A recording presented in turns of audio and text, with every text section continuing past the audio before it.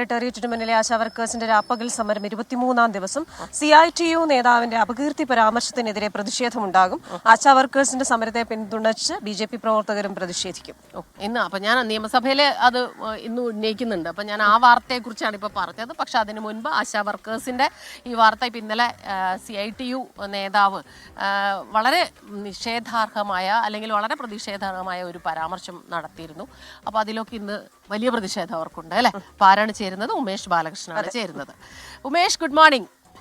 ഉമേഷ്, ഇന്നലെ എന്നല്ല, ഇത്രയും ദിവസങ്ങളായി ആശാ വർക്കേഴ്സിന്റെ സമരം, അതിനോടുള്ള സംസ്ഥാന സർക്കാരിന്റെ സമീപനം, അതിനെതിരെ വലിയ പ്രതിഷേധം വിവിധ കോണുകളിൽ നിന്ന് ഉയരുന്ന സമയത്താണ് ഇന്നലെ ഇപ്പോൾ ഈ CITU നേതാവ് ഒരു വിവാദ പരാമർശം നടത്തിയിട്ടുണ്ട്. അപ്പോൾ ഇതിലെല്ലാം തന്നെ അവർക്ക് വലിയ പ്രതിഷേധമുണ്ട്. ഇന്ന് ഏത് രീതിയിലാണ് ആ പ്രതിഷേധങ്ങൾ?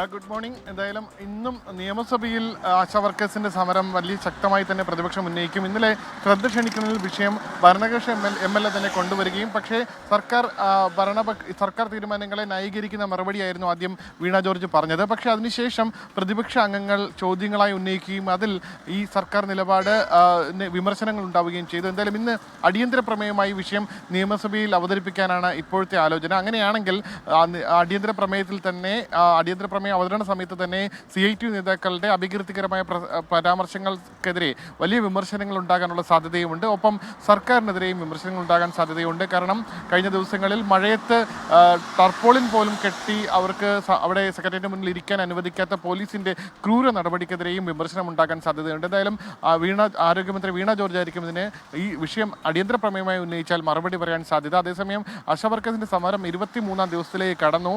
ഇന്നലെ ആശാ വർക്കേഴ്സിന്റെ നിയമസഭാ മാർച്ച് ഉണ്ടായിരുന്നു. ഇന്ന് ആശാ വർക്കേഴ്സിനെ പിന്തുണച്ച് BJPയുടെ മാർച്ചുണ്ട്. BJP ജില്ലാ കമ്മിറ്റി സെക്രട്ടേറിയറ്റിലേക്ക് മാർച്ച് നടത്തുന്നുണ്ട്. 11 മണിക്കാണ് BJP ജില്ലാ കമ്മിറ്റിയുടെ മാർച്ച്. BJP സംസ്ഥാന അധ്യക്ഷൻ K. സുരേന്ദ്രൻ ഉദ്ഘാടനം ചെയ്യുകയും ചെയ്യും. ക്രിസ്റ്റീന. ശരി.